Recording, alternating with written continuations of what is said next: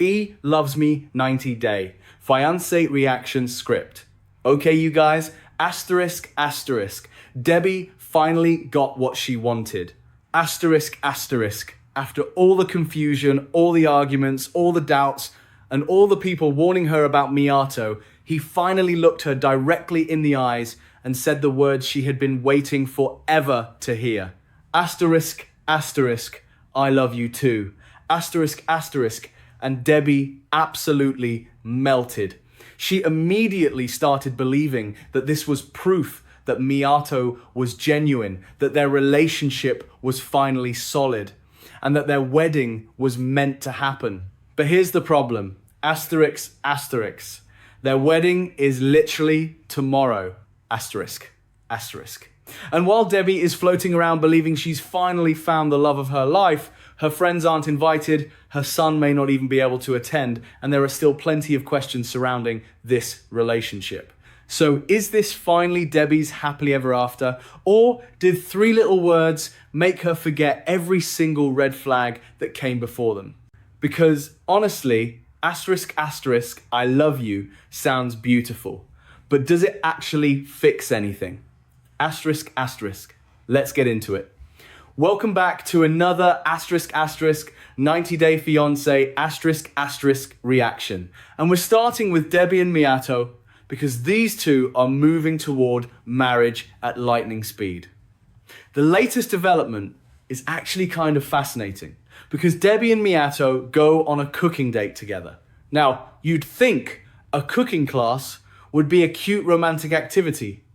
Instead, it turns into another conversation about their relationship and household responsibilities. Debbie is trying to get Meato to understand that since she's working, she would appreciate it if he contributed more around the house. She's basically hinting, asterisk, asterisk, you could cook while I'm at work. Asterisk, asterisk. And Meato immediately gives her that look. He's basically like, asterisk, asterisk, maybe I should just return to Egypt. Asterisk, asterisk, sir, we're peeling shrimp. How did we get from cooking seafood to international relocation? The chef is standing there listening to all of this relationship drama, and I'm sure he's wondering how he accidentally became a couples therapist.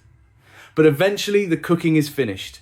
They sit down together and have their meal. And this is where everything changes. Meato is quiet. Debbie wants reassurance. She keeps asking if he's happy, if he enjoyed the date, and whether everything is okay. And you can tell that Debbie doesn't simply want an answer. She wants emotional confirmation. She wants to hear that Meato is happy with her. She wants to know that he's committed. And then she finally says it. Asterisk, asterisk, I love you so much. Asterisk, asterisk. And Meato looks at her and responds, asterisk, asterisk, I love you too. Asterisk, asterisk. And Debbie's entire face changes. You can practically see the relief.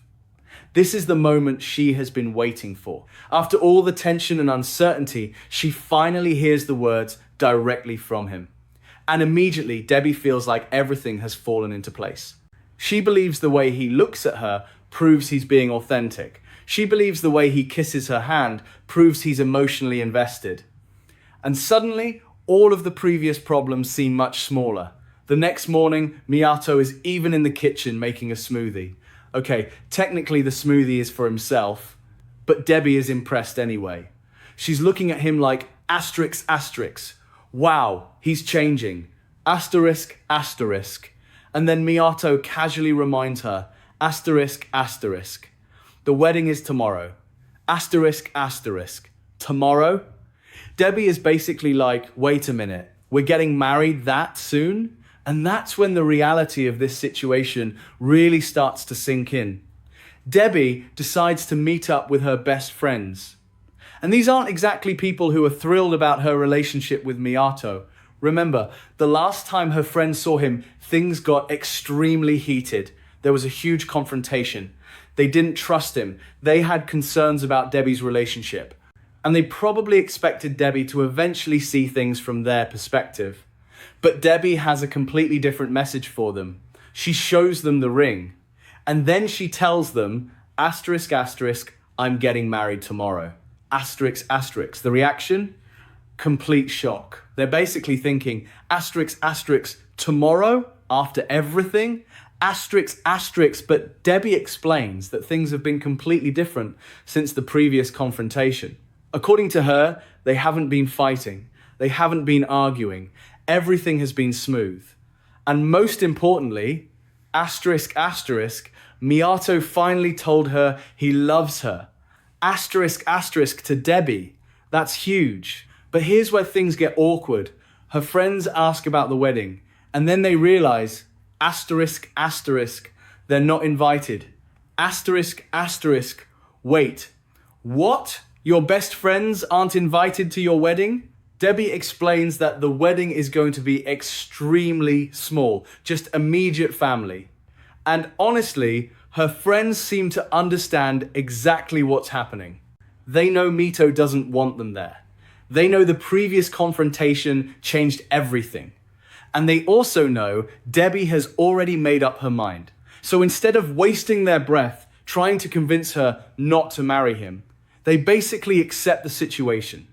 But then Debbie gets another problem. Her son Caden receives a message from his boss. He may have to work on the day of the wedding, and Debbie completely panics because this is not just some random guest. This is her son. And Debbie doesn't want to walk down the aisle without him. She basically says, asterisk, asterisk, if Caden cannot be at my wedding, I don't see a wedding. Asterisk, asterisk. And honestly, this is where I have to give Debbie some credit. Because regardless of what anyone thinks about Meato, it's clear that her son is incredibly important to her. She wants him there. She wants his support. And she doesn't want to celebrate this major life event without him. But now we have a very interesting situation. Debbie has spent so much time trying to prove that Meato is the right man for her.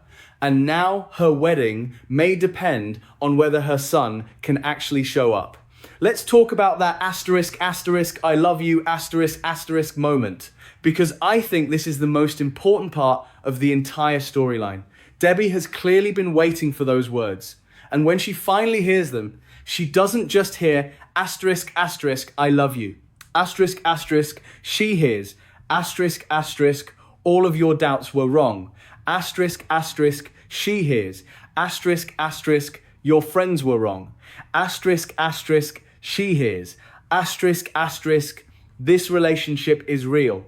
Asterisk, asterisk. And that's where I think Debbie needs to be careful, because somebody saying I love you is wonderful. Of course it is. But love isn't just a sentence. Love is behavior. Love is consistency. Love is communication. Love is compromise. Love is respecting each other's needs. And these two still have a lot to figure out. They've already disagreed over household responsibilities. They've had conflict involving Debbie's friends. They've had emotional misunderstandings. And now they're going from all of that straight into marriage. That's a gigantic step. And I don't think 3 words should magically erase every concern that existed before. I'm not saying Meato doesn't love Debbie. We don't know what's inside his heart. And that's exactly why I don't want to automatically say he's using her or that he's being dishonest. But I do think Debbie is putting an enormous amount of emotional weight on this one moment because she wanted to hear those words so badly. And now that she finally has them, she seems ready to believe everything is perfect. But relationships aren't tested when everything feels romantic. They're tested when things get difficult. And believe me, these two are going to have difficult moments. I also want to talk about Debbie's friends, because I know a lot of viewers are probably frustrated with them.